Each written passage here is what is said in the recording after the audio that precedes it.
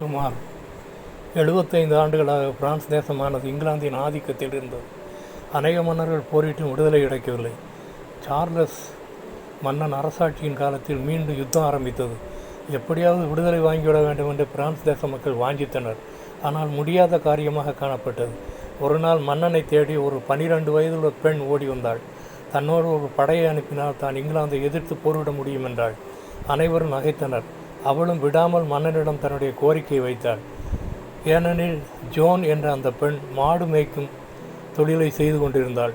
அவளது மன உறுதியை கண்ட மன்னன் அவள் தலைமையில் ஒரு படையை அனுப்பினான். அச்சமயம் அவளுக்கு 17 வயதாகியது. அவள் சொன்னபடியே போரிட்டு ஆர்லியன்ஸ் கோட்டையை தகர்த்து பிரான்ஸ் தேசத்தை மீட்டாள்.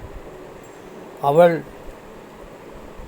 6/6/1412 முதல் 30/5/1931 வரை 19 ஆண்டுகள் வாழ்ந்தாள்.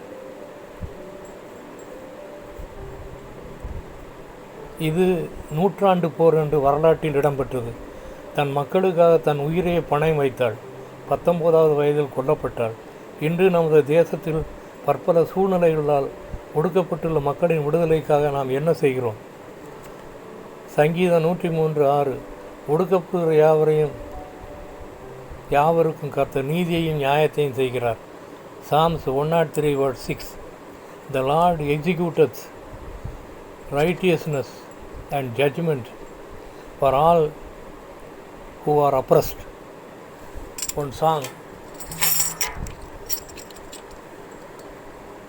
விடுதலை நாயகன் வெற்றியை தருகிறார், எனக்குள்ளே இருக்கிறார் என்னே ஆனந்தம்.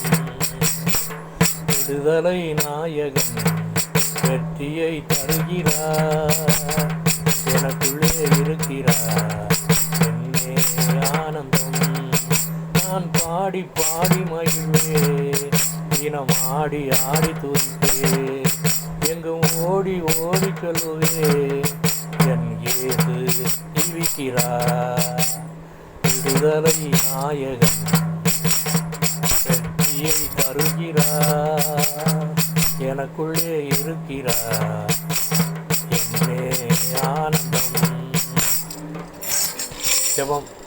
எங்களை நேசிக்கிற நல்ல பிதாவே, என்னை உடைய சமூகத்தில் தாழ்த்தி ஒப்பு கொடுக்கிறேன்.